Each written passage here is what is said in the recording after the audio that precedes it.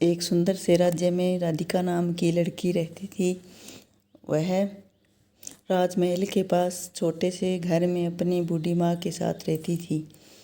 राधिका बहुत ही सुंदर थी, लेकिन उसकी सबसे बड़ी खूबसूरती उसका दयालु दिल था। वह हर सुबह मंदिर जाती, फिर महल के बगीचे से फूलों की देखभाल करती थी। एक दिन राज्य के राजकुमार अर्जुन की नज़र राधिका पर पड़ी। राधिका गुलाब के पौधों को पानी दे रही थी। उसकी साड़ी हवा में लहर रही थी और चेहरे पर हल्की मुस्कान थी। राजकुमार उसे देखते ही उसके सरल स्वभाव से प्रभावित हो गए। धीरे धीरे दोनों की बातें होने लगी। अर्जुन ने पहली बार किसी ऐसी लड़की को देखा था जिसे महल, सोना या रानी बनाने का सपना नहीं था। राधिका सिर्फ अपनी माँ के लिए एक अच्छा घर और राज्य के लोगों के लिए सुख चाहती थी। अर्जुन ने राधिका से कहा, राधिका, मैं तुम्हें अपनी रानी बनाना चाहता हूँ। राधिका की आंखों में आंसू आ गए। उसने कहा, राजकुमार, हमारा प्यार सच्चा है, लेकिन गरीबी की बेटी महल वालों मुझे कभी स्वीकार नहीं करेंगे।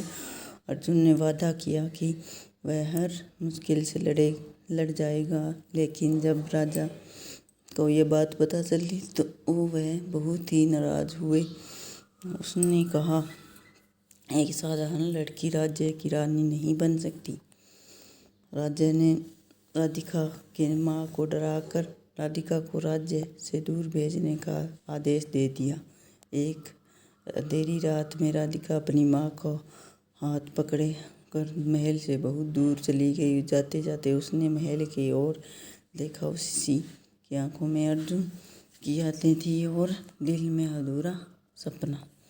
अर्जुन को जब यह बात पता चली तो वह टूट गया। उसने पूरे राज्य में राधिका को खोज, लेकिन कोई खबर नहीं मिली। कई साल बीत गए। अर्जुन राजा बन गया, लेकिन उसके चेहरे की मुस्कान कहीं खो गई थी।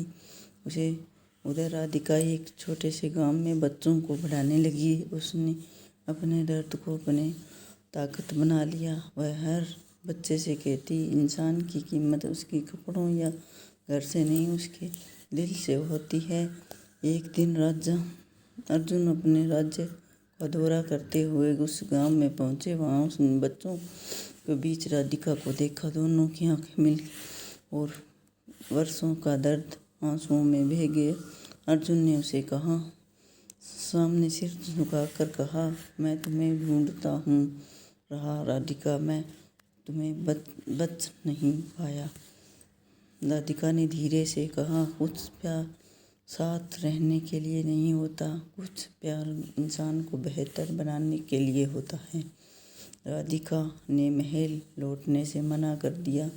उसने कहा कि बच्चों के साथ रहना चुना। अर्जुन ने उसे सम्मान में इस गांव में एक बड़ा विद्यालय बनवाया और उसका नाम राधिका विद्यालय रखा। राजा अर्जुन ने जीवन भर किसी और से विवाह नहीं किया। राधिका भी हर शाम महल की दिशा में देखकर मुस्कुरा देती।